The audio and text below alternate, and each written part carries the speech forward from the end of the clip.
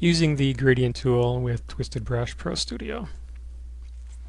We have our gradient tool selected already, but it is right here. The gradient tool has a couple of options, the type of gradient, whether it's linear or radial, and options for which colors to use. The colors are always coming from your color bar, what the current colors are there. By default, it's a linear gradient using the first two colors, color 1 and color 2. So if we right click our mouse and drag, the line that we're using shows where the transition from those colors will occur. So we release the mouse and we can see from full blue intensity to the green intensity of what was selected here. If we make a shorter line, the transition is more abrupt between the two colors that we're using to a very short line, and we get a very abrupt transition. There are different options here for using the colors that are available. Here we're going to select the option where it will use all 4 colors, and now we see it transitions between the 4 colors that were selected here in your color bar. Radial works the same way, except instead of a linear transition, it goes out radially from your point where you right click your mouse to where you dragged. So we can see we went from blue to the green transition, or more smoothly in this case.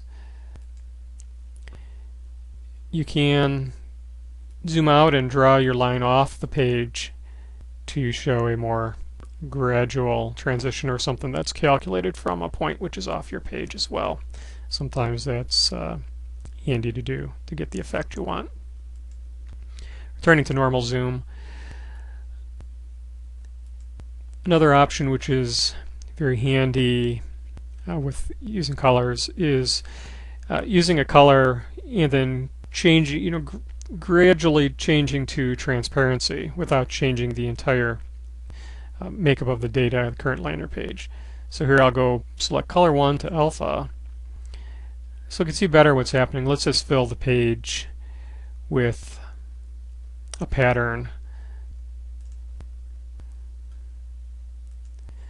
So we have a pattern here. We have the linear gradient going from color 1 to alpha.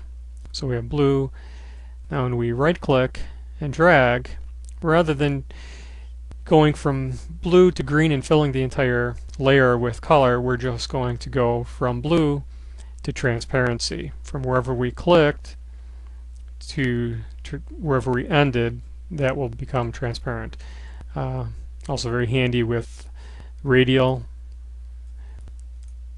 so you can add areas of color without changing your entire page.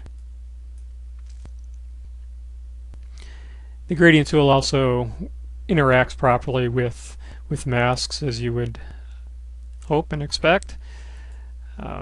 In this case, I'm just going to create a simple mask, invert it,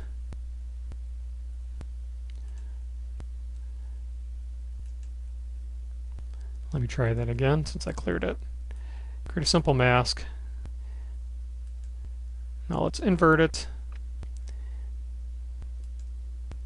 hide it, and I'm going to select the gradient tool again, linear, and go from color 1 to alpha. So here we've applied color to transparency in an area that's shaped. So you can create interesting highlights and colors on shapes that way.